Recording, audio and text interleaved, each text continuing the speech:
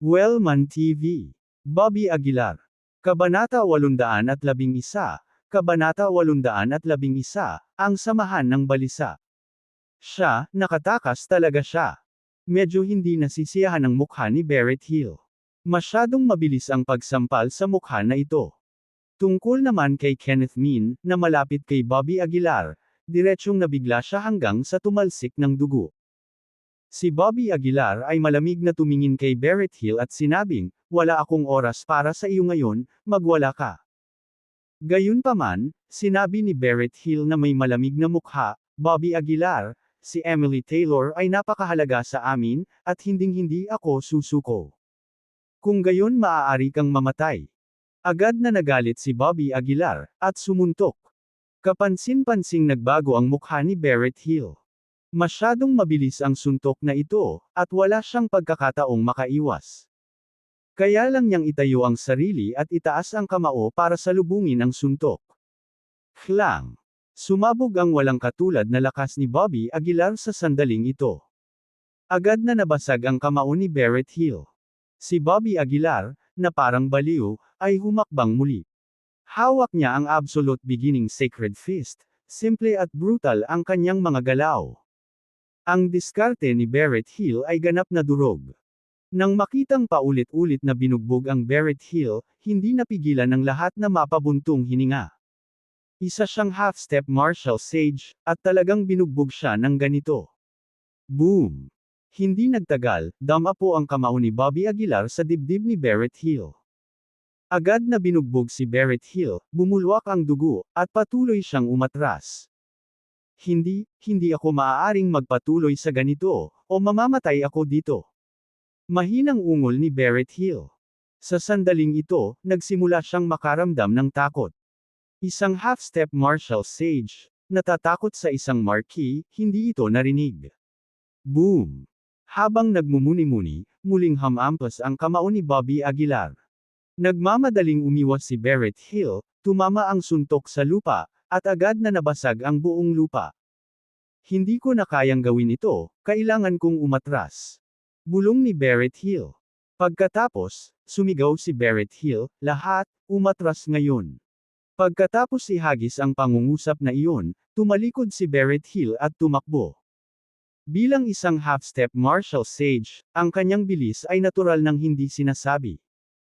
Si Bobby Aguilar ay walang oras na mag-aksaya sa kanya, ang pinakamahalagang bagay ngayon ay umalis kasama si Emily Taylor. Hindi ka nakakaalis. Sa sandaling ito, nakita ni Bobby Aguilar si Kenneth Min na nagtatangkang tumakas. Lumiwanag ang figure ni Bobby Aguilar, at dinurog niya ng sipa ang magkabilang binti ni Kenneth Min. Napasigaw si Kenneth Min sa sakit, nang gigigil ang kanyang mga ngipin at sinabing, "Bobby Aguilar, ano ang gusto mong gawin? Iniligtas ko si Emily Taylor para sa iyo. Kahit ano paman, kung wala ka, hindi ko mailigtas si Emily Taylor. Sa pag-iisip na iyon, ililigtas ko ang buhay ng iyong aso sa ngayon." Malamig na sabi ni Bobby Aguilar. Kaagad pagkatapos, hinawakan ni Bobby Aguilar si Kenneth Min at lumakad palayo. Ang ilang mga tao ay nagmamadaling umalis sa isang linya. At mukhang kakaiba ang itsura ni Bobby Aguilar. Hinawakan niya si Emily Taylor sa kanyang mga bisig, at sa kanyang mga kamay, may dala-dala ring tao. Ang isa ay si Kenneth Min na puno ng dugo, ang isa naman ay isang batang babae na takot na takot. Nagmamadaling pumunta si Bobby Aguilar sa bahay. Pagbalik niya, bumalik na ang lalaking may bigot. "Bobby Aguilar, ikaw, nagtagumpay ka." Nang makita si Emily Taylor sa kanyang mga bisig, ang lalaking may bigot ay nagulat. Si Bobby Aguilar ay walang oras na mag-aksaya sa lalaking may bigot. Hinagis niya si Kenneth Min sa kanya at sinabing, "Umalis ka na dito, bilisan mo." Hindi na naglakas loob na magsalita pa ang lalaking may bigot. Mabilis siyang bumangon, nag-impake sandali, at sinundan si Bobby Aguilar, nagmamadaling umalis. Ang unang lugar na gustong puntahan ni Bobby Aguilar ay ang Divine Alchemist Pavilion. Kailangan niya ang tulong ng Pavilion Master para pagalingin ang mga sugat ni Emily Taylor. Sa sandaling ito, si MS Hayward ay naglalakad pabalik kasama si Broderick. Sa kanilang paglalakbay, si MS Hayward ay nagsuot ng banayad ng ngiti, at ang kanyang mga mata ay puno ng indulhensya. Broderick, ang isang kabiguan ay walang ibig sabihin. Sa puso ko, ikaw ang laging pinakamahusay, nakangiting sabi ni MS Hayward. Habang nagsasalo-salo ang dalawa, tumunog ang telepono ni MS Hayward. Kinuha niya ang telepono, nakita niyang si Emerson Holmes ang tumatawag. Napasimangot si MS Hayward at sinagot ang tawag, naiinip na nagtanong, ano ang problema? Ang boses ni Emerson ay nag-aalala sa kabilang dulo, MS Hayward, hindi maganda.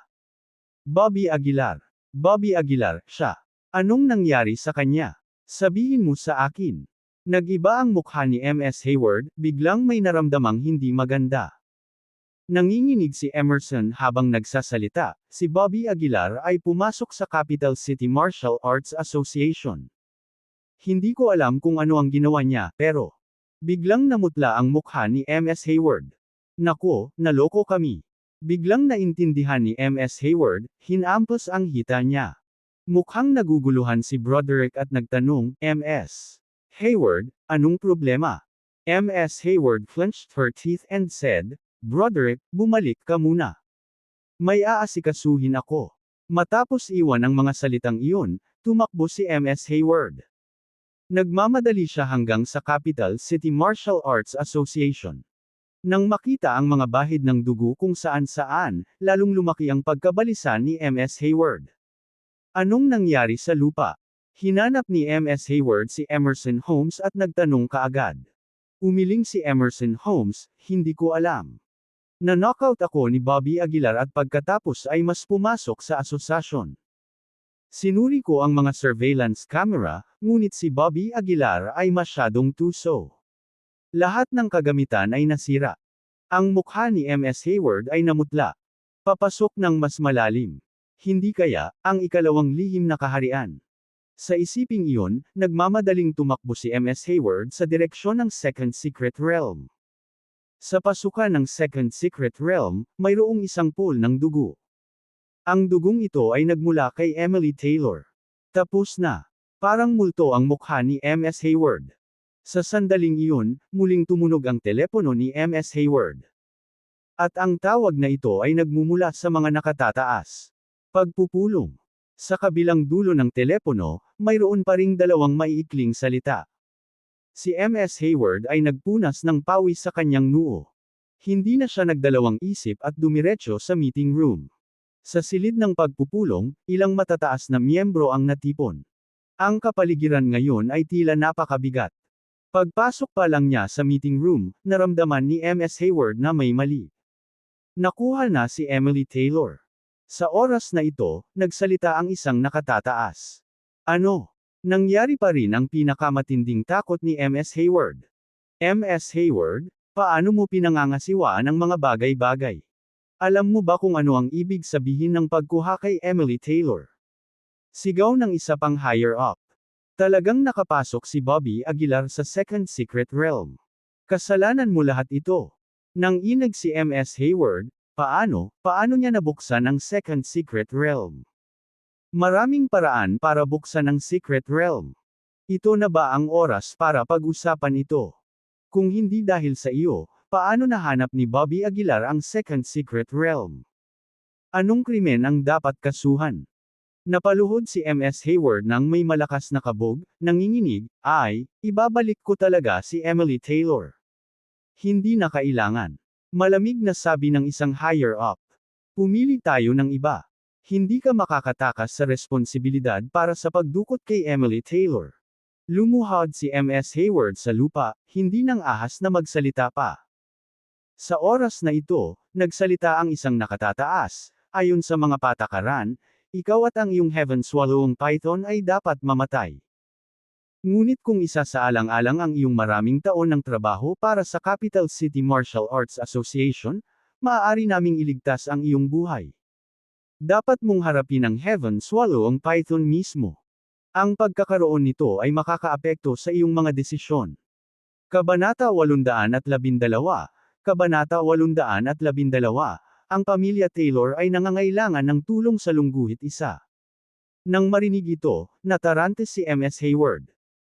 Nagmamadali siyang tumayo at nag-aalalang sinabi, "Aking mga kagalang-galang na superior, mangyaring isaalang-alang ang aking maraming taon ng dedikadong serbisyo sa Capital City Martial Arts Association at bigyan ako ng isa pang pagkakataon." Malamig na sinabi ng isang superior, "Ito ay dahil sa iyong mga kontribusyon sa Capital City Martial Arts Association kaya hinahayaan ka naming pangasiwaan ito ng personal." MS Hayward reared her teeth and said, "Pakiusap bigyan mo pa ako ng ilang araw, okay? Bibigyan ka lang namin ng 3 araw." Pagkatapos ng 3 araw, umaasa kaming makakita ng kasiyasyang resulta, malamig na pahayag ng isa pang superior. MS Hayward, sana hindi ka magkamali ng desisyon.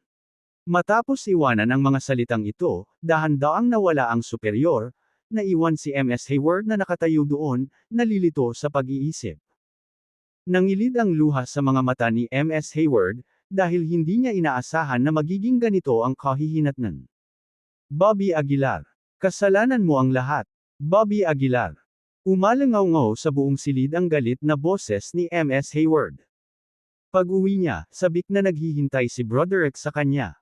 Nang makitang bumalik si MS Hayward, mabilis na tumayo si Broderick. MS Hayward, okay ka lang ba? Lumapit si Broderick at sinabing. Pilit na ngumiti si MS Hayward, baka sa mukha niya ang kabaitan. Ayos lang ako, tumawa si MS Hayward. Broderick, kahit anong mangyari, paprotektahan ko ang buhay mo, lihim na panata ni MS Hayward sa kanyang puso. Sa oras na ito, hawak na ni Bobby Aguilar si Emily Taylor at nagmamadaling pumunta sa Divine Alchemist Pavilion. Pagkapasok niya, buong lakas na bumulala si Bobby Aguilar, Lord Pavilion Master. Lord Pavilion Master. Ang boses na naglalaman ng espiritual na kapangyarihan ay agad na naging sanhi ng pag-ungol ng buong Divine Alchemist Pavilion. Maraming mga alchemist, na natutulog na, ay nagising sa sandaling ito. Habang nagpapanik ang lahat, lumutang na ang Pavilion Master mula sa itaas. Tiningnan niya ang nababalot ng dugo na sina Bobby Aguilar at Emily Taylor, na nakahiga sa kanyang mga bisig, at ang mukha nito ay nagulat. Iniligtas mo talaga siya. Ang Pavilion Master ay tila hindi makapaniwala. Talagang pag-agaw ng pagkain sa mga panga ng tigre. Sa gilid, dahan-daang naglakad si Jackson Harris. Gayunpaman, wala sa mood si Bobby Aguilar na makinig sa kanilang mga papuri. Sabik niyang sinabi, "Lord Pavilion Master, si Emily ay malubhang nasugatan ngayon. Maaari mo bang iligtas siya?" Ang Pavilion Master ay hindi nag-aksaya ng oras sa pakikipag-usap. Kinuha niya si Emily Taylor mula sa mga kamay ni Bobby Aguilar at tumalikod upang dumiretso sa itaas. "Maghintay ka lang dito," sumulyap ang Pavilion Master kay Bobby Aguilar at sinabi. Bagamat nababalisa si Bobby Aguilar, wala siyang magawa kundi ang tumayo roon at maghintay. Kinabukasan. Sa isang skyscraper sa Capital City. Dito matatagpuan ang kumpanya ng pamilya Taylor. Sa reception room, magkaharap na nakaupo sina MS Hayward at Keelan Taylor. MS Hayward, sabi mo si Emily Taylor ay kinuha ni Bobby Aguilar. Medyo nagdilim ang mukha ni Keelan Taylor. Tumango si MS Hayward, nangyari ito kagabi. Biglang nagalit si Keelan Taylor, hinampas ang mesa. Ipinagkatiwala namin ang aming miyembro ng pamilya Taylor sa iyong Capital City Martial Arts Association, at binibigyan mo kami ng ganitong uri ng resulta. Galit na sigaw ni Keelan Taylor. Sa pagharap sa galit ni Keelan Taylor, maging si MS Hayward ay hindi naglakas loob na magsalita kahit sandali. Pagkatapos manatiling tahimik ng ilang sandali, sinabi ni MS Hayward, "Mr. Taylor, si Emily ay mula sa iyong pamilyang Taylor. May karapatan kang bawiin siya." Hindi napigilan ni Keelan Taylor na mapaungol, na wala siya sa iyo, at ngayon gusto mong bawiin ko siya. MS Hayward reared her teeth and said with a almost pleading tone, "Mr. Taylor, kasalanan ng Capital City Martial Arts Association namin. Please, help us. Hanggat ibabalik mo siya, tiyak na maaalala ng ating Capital City Martial Arts Association ang kabaitang ito." Ngumisi si Keelan Taylor bilang tugon. Tatanggi na sana siya, pumasok ulit si Dominic Taylor. Ms. Hayward, maaari kaming sumang-ayon sa iyong kahilingan, sabi ni Dominic Taylor. Medyo nagsalubong ang mga kilay ni Keelan Taylor na tila naguguluhan. Samantala, masayang sinabi ni Ms. Hayward, "Thank you, Mr. Tenny." Pero may problema. Ngayong inilayo na ni Bobby Aguilar si Emily, tiyak na tumakas siya kung saan, di ba? Saan natin siya hahanapin? Naguguluhang tanong ni Dominic Taylor. Mabilis na sumagot si Ms. Hayward, si Bobby Aguilar ay malamang na pumunta sa Divine Alchemist Pavilion. Si Emily ay malubhang nasugatan, at maaari lamang siyang humingi ng tulong sa Divine Alchemist Pavilion. Natahimik sandali si Dominic Taylor bago sinabing, "Sige, naiintindihan namin." Matapos paalisan si Ms. Hayward, same time na sinabi ni Keelan Taylor, "Dominic, ito na ang pangalawang pagkakataon." Napabuntong hininga si Dominic, ang dahilan ng dalawang insidenteng ito ay si Emily Taylor. Sa anumang kaso, hindi namin siya maaaring hayaang magtanim. Hindi ako para sa kapakanan ng Capital City Martial Arts Association. Ginagawa ko ito para sa sarili ko. Kapag si Emily ay tumuntong sa paglilinang, ang kanyang lakas ay higit na hihigit sa akin. Kumunot ang noo ni Keelan Taylor, talaga bang nagdudulot ng labis na pag-aalala si Emily Taylor sa iyo? Hindi mo nakuha ang bloodline niya, kaya hindi mo naiintindihan kung anong kapangyarihan ang taglay ng bloodline niya, umiling si Dominic Taylor. Palagi akong tinatawag na nangungunang batang talento ng pyro, at palagi akong nalulugod sa aking sarili. Ngunit mula nang makuha ko ang bloodline ni Emily, bigla kong napagtanto na ang taong ako noon ay walang iba kundi isang hamak na langgam. Hindi dapat banggitin. Nang marinig ang sinabi ni Dominic Taylor, sumeryoso din ang mukha ni Keelan Taylor. Pero, madali ba siyang paalisin ni Bobby Aguilar? Nagdududang tanong ni Keelan Taylor. Siyempre hindi. Ngumisi si Dominic Taylor. Kaya nga kailangan nating humingi ng tulong kay Hugh Taylor. Bilang ama ni Emily, natural na may karapatan siyang bawiin siya. Kung hindi siya pakawalan ni Bobby Aguilar, kasuhan siya ng kidnapping. Walang ibang sinabi si Keelan Taylor, at agad na umalis ang dalawa sa kumpanya para hanapin si Hugh Taylor. Si Emily ay kinuha ni Bobby Aguilar. Medyo nagulat si Hugh Taylor, at mas nabigla ang kanyang puso. Lumaki sa Capital City, syempre alam ni Hugh Taylor kung ano ang ibig sabihin ng Capital City Martial Arts Association. Ang iyong anak na babae ay inagaw ni Bobby Aguilar. Kailangan mong sumama sa amin upang maibalik siya, malamig na sabi ni Keelan Taylor. Hindi namin maaaring hayaan ang isang tao mula sa aming pamilya Taylor na kunin ng isang mabangis na bata. Ito ay isang bagay ng dignidad ng pamilya Taylor. Hindi alam ni Hugh Taylor ang malisyosong pag-iisip sa puso ni Keelan Taylor at ng kanyang anak. Bukod dito, puno rin siya ng pananabik para sa kanyang anak na si Emily. Kaya naman walang gaanong iniisip, pumayag siya. Isang grupo ng mga tao ang agad na sumugod sa Divine Alchemist Pavilion. Sa sandaling ito, hindi pa bumababa ang Pavilion Master. Si Bobby Aguilar ay nakatayo sa ibaba, naaamoy ang paminsan-minsang halimuyak ng gamot at paminsan-minsan ay nakikita ang pale clouds na namumuo sa kalangitan. Isang buong gabi ang lumipas nang walang anumang resulta, na nagpabalisa kay Bobby Aguilar. Master Aguilar, may mga tao sa labas na nagsasabing sila ay mula sa pamilya Taylor at gustong makita ka. May biglang tumakbo para sabihin sa kanya. Ang pamilya Taylor. Agad na nagsalubong ang mga kilay ni Bobby Aguilar. Lalaki na may bigoat, manood ka dito, titingnan ko, sabi ni Bobby Aguilar sa lalaking may bigoat. Kabanata 813, Kabanata 813, Pasulong sa Labanan. Isa. Sa pasukan. Si Keelan Taylor, ang kanyang anak, at si Hugh Taylor ay nakatayo sa pintuan na naghihintay. Bilang karagdagan, ang mga bodyguard ni Keelan Taylor ay sumusunod sa likuran. Sa sandaling ito, lumabas si Bobby Aguilar sa Divine Alchemist Pavilion. Ang kanyang mukha ay malamig at madilim, na may lumulubog na mamamatay tao na espiritu. Hindi maiwasan ng ganoong kilos na kumunot ang noo ni Keelan Taylor. Bobby Aguilar. Sigaw ni Hugh Taylor. Nang makita si Bobby Aguilar ngayon, nadama ni Hugh Taylor ang hindi maipaliwanag na damdamin sa kanyang puso. Noong una niyang nakilala si Bobby Aguilar, siya ay walang tao, ngunit ngayon ay lumaki na siya sa ganitong lawak, na talagang lampas sa inaasahan ni Hugh Taylor. Hindi pinansin ni Bobby Aguilar si Hugh Taylor at malamig na nagtanong, "Killan Taylor, anong gusto mo sa akin? Sabihin mo lang." Huminga si Killan Taylor ng kanyang tabako at sinabing walang pakialam, "Sige, diretso na ako sa punto. Narinig ko na kinuha mo si Emily Taylor."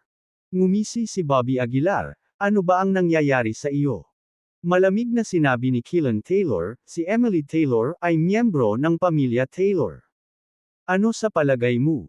Nang marinig ito, hindi napigilan ni Bobby Aguilar ang mapangiti sa galit. Tinuro niya ang ilong ni Killan Taylor at sinabing, "Killan Taylor, may kahihiyan ka ba? Noong naghihirap si Emily Taylor sa Capital City Martial Arts Association, wala kang pakialam, at ngayon alam mong miyembro siya ng iyong pamilya Taylor." Nahaharap sa pangungutya ni Bobby Aguilar, nanatiling unangger si Killan Taylor. Mahina niyang sinabi, "Wala kang kinalaman iyan. Walang kinalaman sa iyo ang pakikitungo ng aming pamilya Taylor sa sarili naming mga miyembro." Kalokohan. Hindi maiwasan ni Bobby Aguilar ang magmura. "Killan Taylor, mas mabuting mawala ka na, kung hindi, hindi ko magagarantiya na hindi ako papatay ng tao." Nang marinig ito, hindi napigilan ni Killan Taylor na mapa-atras. Kasabay nito ang mabilis na pagtungo ng kanyang mga bodyguard sa kanyang harapan. "Bobby Aguilar, hindi ako nandito para makipagtalo sa iyo." Malamig na ngumuso si Killan Taylor. Bilang isang may sapat na gulang, si Emily Taylor ay may karapatang gumawa ng kanyang sariling mga desisyon. Hayaan siyang magpasya para sa kanyang sarili. Biglang sumimangot si Bobby Aguilar. Sa ngayon, si Emily Taylor ay walang malay, kaya paano siya makakagawa ng anumang mga pagpipilian? Mukhang alam na ito ni Killan Taylor, at tumawa siya, kung si Emily Taylor ay hindi makakagawa ng kanyang sariling mga desisyon, kung gayon ang kanyang tagapag-alaga ay dapat gumawa ng mga desisyon. Si Hugh Taylor ang ama ni Emily, at siya ang may pinakamaraming awtoridad. "Kung hindi mo siya pakakawalan, tatawag ako ng pulis." Bobby Aguilar, nangangahas ka bang lumaban sa mga opisyal? Ang mga salita ni Killan Taylor ay walang alinlangan na ikinagalit ni Bobby Aguilar. Pinandilatan niya si Killan Taylor at malamig na sinabi, "Wala ka talagang kahihiyan. Tama na sa kalokohan." Ngumisi si Killan Taylor. "Siya ay miyembro ng aming pamilya Taylor. Ibigay mo siya ngayon." Agad na tumingin si Bobby Aguilar kay Hugh Taylor, at ang mga titig ni Killan Taylor at ng kanyang anak ay bumagsak din kay Hugh Taylor sa parehong sandali. Kumunot ang noo ni Hugh Taylor, "Bobby Aguilar, anak ko nga si Emily. Wala ba akong karapatang makita ang sarili kong anak?" Nang marinig ito ni Bobby Aguilar, hindi napigilan ni Bobby Aguilar ang pag-igting ng kanyang mga ngipin at magmura, "Hugh Taylor, isa kang walang kwentang duwag. How dare you call yourself Emily Taylor's father? May ideya ka ba kung gaano karaming pagdurusa ang kailangang tiisin ni Emily Taylor habang nakakulong sa Capital City Martial Arts Association? Bilang isang ama, hindi ka man lang naglakas loob na magsabi ng isang salita, ikaw ay isang fucking waste." Nagmamadaling ipinaliwanag ni Hugh Taylor, "Hindi ko talaga alam kung ano ang sinasabi mo. Pumunta ka sa impyerno." Hindi umimik si Bobby Aguilar. "Ikaw ay nasa pamilya Taylor, at hindi ako naniniwala na wala kang alam." Nawalan ng masabi si Hugh Taylor. Mula nang mahuli si Emily, nagkukunwari siyang walang alam, nililinlang ang sarili para gamaan ang pakiramdam. Ngayong na-expose na siya ni Bobby Aguilar, ano kaya ang pakiramdam niya? Ngayong wala na siya, hindi dapat maging problema para sa akin na iuwi siya, mataimtim na sabi ni Hugh Taylor. Napapikit si Bobby Aguilar at nagtanong, "Alam mo ba kung ano ang gagawin ni Killan Taylor kung bawiin niya siya? Patayin si Emily Taylor o ibalik siya sa Capital City Martial Arts Association? Gusto mo bang patuloy na magdusa ang iyong anak?" Bahagyang nagbago ang mukha ni Hugh Taylor, at hindi niya namamalayan na tumingin kay Killan Taylor. Casual na sinabi ni Killan Taylor, huwag kang mag-alala, wala akong gagawin kay Emily Taylor. Naniniwala ka ba dyan? Malamig na tiningnan ni Bobby Aguilar si Hugh Taylor. Malamig na sinabi ni Keelan Taylor, Bobby Aguilar, huwag mo akong subukang Sir. Hindi pinansin ni Bobby Aguilar si Keelan Taylor, ngunit nagmura, Hugh Taylor, isipin kung paano tretuhin ni Keelan Taylor si Emily Taylor noong nakaraan. Kung lalaki ka pa, tatay ka pa, huwag kang lalapit sa kanya. Si Emily Taylor ay magiging mas ligtas sa akin kaysa saan man. Sa puntong ito, nagbago ang tono ni Bobby Aguilar, at malamig niyang sinabi, "Siyempre, kung pipilitin mo akong pilitin, wala akong pakialam na patayin kayong lahat. Para kay Emily Taylor, kaya ko ang kahit ano." Kumunot ang noo ni Keelan Taylor at sinabing, "Bobby Aguilar, hindi ako naniniwala na talagang maglakas loob ka." Sampal. Bago pa matapos ni Keelan Taylor ang kanyang pangungusap, isang spray ng nakakapasong mainit na dugo ang tumalsik sa kanyang mukha. Paglingon niya, nakita niyang nakabakaka ang ulo ng isa niyang bodyguard, nakahandusay ang katawan. Malamig na sinabi ni Bobby Aguilar, kung maglakas loob kang magsalita ng mas kalokohan, ito na ang katapusan mo. Sa sandaling ito, ang lahat ay medyo natatakot. Ang isang peak form of military marquee ay talagang sinampal hanggang sa mamatay sa isang welga, ganap na hindi makalaban. Kitang-kita kung gaano kalakas ang kapangyarihang ito. Si Bobby Aguilar, miyembro siya ng pamilya namin ni Taylor, may karapatan akong bawiin siya. Medyo galit na sabi ni Keelan Taylor. Lumapit si Bobby Aguilar at malamig na sinabing, "Halika at subukan." Habang nagsasalita siya, biglang sumabog ang kanyang mamamatay tao na espiritu, at ang malamig na lamig ay nagpanginig sa lahat. Sa sandaling ito, biglang sinabi ni Hugh Taylor, "Kuya, sa tingin ko. May punto si Bobby Aguilar." Natigilan si Keelan Taylor, at pagkatapos ay sumigaw, "Hugh Taylor, anong sinasabi mo?" Natahimik sandali si Hugh Taylor, at nagngangalit siya, "Kuya, sa tingin ko tama si Bobby Aguilar. Dito, mas ligtas si Emily Taylor kaysa sa pamilya Taylor." "Hugh Taylor, nabaliw ka na ba?" Sinaman siya ng tingin ni Keelan Taylor. Huminga ng malalim si Hugh Taylor at sinabing, "Maaaring wala akong gaanong katayuan sa pamilya Taylor, ngunit ayaw kong magpatuloy sa pagiging duwag. Nang mamatay ang aking ama, hindi ako nang ahas na magsalita, at ayaw ko ring makita ang aking anak na babae na mamatay. Tito, hindi gagawing madali ng mga salitang iyan ang buhay mo," nanunuyang sabi ni Dominic Taylor. Hindi napigilan ni Bobby Aguilar na tumawa, "Dominic Taylor, banta mo ng ganito ang sarili mong tiyuhin. Kung hindi ka kumbinsido, halika at kalabanan mo ako." Habang nagsasalita siya, humakbang pasulong si Bobby Aguilar, ang kanyang buhok ay lumilipad ng ligaw, puno ng espiritu ng pakikipaglaban, tulad ng isang hindi magagapi na war god. Kabanata 814, Kabanata 814, ang Martial Saint sa ikalawang Mystic Realm. Sa sandaling ito, ang layunin ni Bobby Aguilar na lumaban ay halos nasa tuktok nito. Ang dalisay na enerhiyang ito ay dumaan sa buong kalye. Mahigpit na nagsalubong ang mga kilay ni Dominic Taylor habang nanunuya, "Bobby Aguilar, huwag mong isipin na hindi ko alam kung ano ang ginagawa mo. Nakasandal ka sa power of Martial Saint at sinubukan akong hamanin. Sa tingin mo mahuhulog ako dito?" Ngumisi si Bobby Aguilar, "Kailangan ko ba ang power of Martial Saint para patayin ka? Well, ang kapangyarihan ng Martial Saint sa loob mo ay hindi walang hanggan. Darating ang panahon na mawawala ito, at iyon ang magiging death knell mo." Umungol pabalik si Dominic Taylor. "Pumayag." Malamig na sagot ni Bobby Aguilar. "Keelan Taylor, itigil ang pag-iisip tungkol kay Emily Taylor at pahalagahan ang natitirang oras kasama ang iyong anak." Sa mga salitang ito, tumalikod si Bobby Aguilar para umalis. "Bobby Aguilar, hindi mo ba talaga ibibigay ang tao?" Hindi napigil ang mapasigaw ni Keelan Taylor. "Pumunta ka sa impyerno." Nagmura si Bobby Aguilar nang hindi man lang lumingon. Kinagat ni Keelan Taylor ang kanyang mga ngipin. Bagamat siya ay galit na galit, wala siyang paraan upang harapin si Bobby Aguilar. Ang kasalukuyang Bobby Aguilar ay umabot sa isang antas ng kapangyarihan na naging dahilan upang ang pamilya Taylor ay ganap na walang magawa. Kung walang Marshall Saint, walang makakapigil kay Bobby Aguilar. Dahil walang pagpipilian, ang grupo ay maaari na lamang umalis. Pagbalik sa Capital City, kanina pa naghihintay si MS Hayward. Nang makitang bumalik si Keelan Taylor, buong pananabik niyang binati ito, nagtanong, Mr. Taylor, may nagawa ka bang ibalik ang sinuman?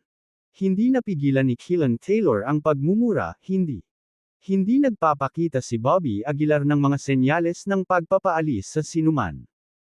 Naisip kong humingi ng tulong sa inyo mula sa Capital City Martial Arts Association. Nang marinig ito, agad na bumagsak si MS Hayward sa lupa, puno ng kawalan ng pag-asa ang kanyang mukha. Kung hindi ibinalik ang tao, nangangahulugan iyon na si Broderick ay nakatakdang mamatay. Ito ay isang bagay na hindi matanggap ni MS Hayward, na walang anak. MS. Hayward, bakit hindi ka gumamit ng Marshall Saint para patayin si Bobby Aguilar? Naguguluhang tanong ni Dominic Taylor. Hindi ba may Marshall Saint ang Capital City Martial Arts Association? At, parang may Marshall Saint din sa kulungan, di ba? Sinulyapan ni MS Hayward si Dominic Taylor, umiling, at sinabing, kung maaari tayong gumamit ng Marshall Saint, buhay pa kaya si Bobby Aguilar? Iniwan ang mga salitang ito, umalis si MS Hayward sa lugar na may nawawalang kaluluwa. Samantala, sa Divine Alchemist Pavilion, si Bobby Aguilar ay nakatayo sa ilalim ng Pavilion Master Building, patuloy na naghihintay. Lumipas ang isang buong araw at gabi. Hanggang sa hating gabi na ang Pavilion Master sa wakas ay bumaba mula sa itaas. Nang makita ang Pavilion Master, mabilis na tumakbo si Bobby Aguilar patungo sa kanya. Lord Pavilion Master, kumusta si Emily? Nag-aalalang tanong ni Bobby Aguilar. Umiling ang Pavilion Master at bumantong hininga, mukhang ang Capital City Martial Arts Association ay nakahanda ng husto para sa isang taong makakatakas kasama niya. Anong ibig mong sabihin? Nag-aalalang tanong ni Bobby Aguilar. Ang Pavilion Master ay same time na nagsabi, ang Capital City Martial Arts Association ay gumamit ng isang lihim na pamamaraan sa banal na kahulugan ni Emily. Ang diskarteng ito ay maaari lamang ay ando ng isang tao mula sa Capital City Martial Arts Association. Ang diskarteng ito ay magkakabisa sa sandaling umalis si Emily sa Capital City Martial Arts Association. Malaki ang pagbabago sa mukha ni Bobby Aguilar. Bumulong siya, paano ito mangyayari? Ano ang mangyayari kung ang lihim na pamamaraan ay hindi bawiin? Seryosong sinabi ng Pavilion Master, kung ang lihim na pamamaraan na ito ay hindi na mababawi ni Emily ang kanyang kamalayan. Sa madaling salita, siya ay magiging isang buhay na patay. Living dead, ang puso ni Bobby ay parang tinusok ng 1,000 palaso. Isang alon ng galit ang umahan diretso sa tuktok ng kanyang ulo. Capital City Martial Arts Association, kumuyam ng mahigpit ang kamao ni Bobby Aguilar, halos bumabaon ang mga kuko nito sa kanyang laman. Inalo siya ng Pavilion Master sa kanyang tabi, Bobby Aguilar, huwag kang masyadong magmadali. Ang diskarteng ito ay hindi nagbabanta sa kanyang buhay. Sa madaling salita, ligtas ang girlfriend mo. Mabilis na tiningnan ni Bobby Aguilar ang Pavilion Master at nagtanong, Lord Pavilion Master, ano ang pangalan ng lihim na pamamaraan na ito? Teknolohiyang nagbubuklod ng espiritu. Saglit na nag-alinlangan ang Pavilion Master bago sumagot. Spirit Binding Technique. Ibinulong ni Bobby Aguilar ang pangalang ito, pagkatapos ay mabilis na nagsimulang maghanap ng anumang pagbanggit ng Spirit Binding Technique sa kanyang minanang memorya. Sa kasamaang palad, hindi mahanap ni Bobby Aguilar ang anumang reference sa diskarteng ito. Ang Spirit Binding Technique ay nilikha ng Capital City Martial Arts Association, at bukod sa kanila, walang sinuman ang makakapag-andoon ng diskarteng ito. Mukhang nakita ng Pavilion Master ang mga intensyon ni Bobby Aguilar. Bakas sa mukha ni Bobby ang kawalan ng pag-asa. Nangangahulugan ito na maaari lamang akong humiling sa isang tao mula sa Capital City Martial Arts Association na ay ando ito. Sa kaisipang ito, tumayo si Bobby Aguilar at sinabing, pupunta ako sa Capital City Martial Arts Association at hahanapin si MS Hayward. Gayunpaman, pinigilan siya ng Pavilion Master, gabi na. Maghintay hanggang sa susunod na taon. At saka, kinuha mo yung tao, baka nasa mystic realm na si MS Hayward. Kumunot ang noo ni Bobby Aguilar, tila iniisip na may katuturan ang sinabi ng Pavilion Master. Samahan mo ako sa itaas, sabi ng Pavilion Master.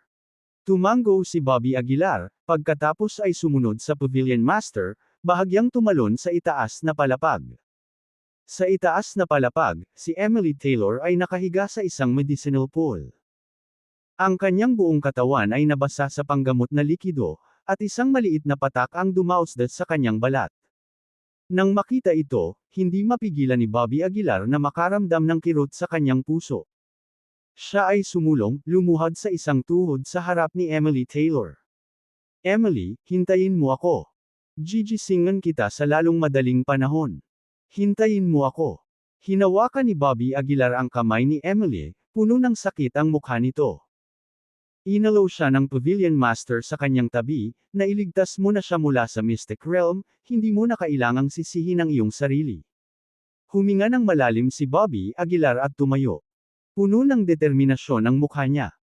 Hindi ako susuko, kahit na ang Capital City Martial Arts Association. Malamig na sabi ni Bobby Aguilar. Bukod sa ang Capital City Martial Arts Association ay nagdulot ng labis na paghihirap kay Emily. Kung hindi ko sila lipulin, hindi ako mapakali. Inalaw siya ng Pavilion Master, hindi na kailangang magmadali. Malayo na ang narating mo sa loob lamang ng 2 taon. Dapat kang maging proud. Habang nagsasalita, inakay ng Pavilion Master si Bobby Aguilar sa tea room. Sa loob ng tea room, hinihintay ni Jackson Harris si Bobby Aguilar. Master Jackson. Bahagyang ibinaba ni Bobby Aguilar ang kanyang katawan bilang pagbati. Hindi napigilan ni Jackson Harris na mapabuntong hininga, Bobby Aguilar, ang iyong rate of growth ay mas mabilis kaysa sa inaakala ko. Marahil ikaw ang unang tao sa kasaysayan na namamahala na maglabas ng isang tao mula sa Capital City Martial Arts Association. Malamig na sinabi ni Bobby Aguilar, hindi sapat. Ang Mystic Realm ng Capital City Martial Arts Association ay nagtatago pa rin ng maraming makapangyarihang individual. Oo, tama ka. Kinumpirma ni Jackson Harris ang mga iniisip ni Bobby Aguilar. Bumantong hininga siya, nang minsan kong naranasan ang lakas sa kanilang Mystic Realm, ang pakiramdam ng kawalan ng kapangyarihan at pagkabigo ay halos gusto kong sumuko sa buhay. Tumingin si Bobby Aguilar kay Jackson Harris, nagtanong, Master Jackson, nakapunta ka na rin ba sa Mystic Realm? Oo, sa Second Secret Realm. Tumango si Jackson Harris. Mataimtim na sinabi ni Bobby Aguilar, sa ikalawang lihim na kaharian na ito, nararamdaman ko ang mga mahiwagang puwersa. At sa oras ng aking pag-alis, mayroong isang napakalakas na puwersa na humahabol sa akin, ito ba ay isang martial saint? Napatingin si Jackson Harris kay Bobby Aguilar at tumango. Oo, sa Second Secret Realm, may martial saint talaga. Kabanata 815, Kabanata 815, Spirit Binding Technique. Huminga ng malalim si Bobby Aguilar at bumulong, tulad ng inaasahan. Ang kapangyarihang iyon ay lubhang kakilakilabot, at kahit na sa kapangyarihan ng isang martial saint, si Bobby Aguilar ay walang kapantay para dito. Kung isa lang itong half-step martial sage, baka lumaban si Bobby. Mukhang hindi talaga sila makaalis sa Mystic Realm, mataimtim na sabi ni Bobby Aguilar. Sa puntong ito, biglang naisip ni Bobby ang martial saint na nakakulong sa kailaliman ng piitan. Ang Capital City Martial Arts Association daw ay may hawak na martial saint. Paano sila nabubuhay sa mundong ito? Naguguluhan na tanong ni Bobby. Sumulyap si Jackson Harris kay Bobby at sinabing, naisip mo na ba na ang bilangguan ay maaaring isang lihim na kaharian din? Natigilan si Bobby at biglang naintindihan. Oo, ang lalim ng bilangguan na iyon ay maaaring maging isang mystic realm. Ang martial saint na iyon ay nakulong din sa loob ng mystic realm. Naiintindihan ko, mataimtim na sabi ni Bobby Aguilar. Sa sandaling ito, may naisip siya at agad na tumingin sa Pavilion Master, nagtanong, nasaan ang 2 taong dinala ko pabalik? Sumagot ang Pavilion Master, nakalok sila sa piitan. Dalhin mo ako kaagad sa kanila. Gusto ko silang makita, nagmamadaling sabi ni Bobby Aguilar. Kasunod nito, maraming tao ang magkasamang pumunta sa piitan.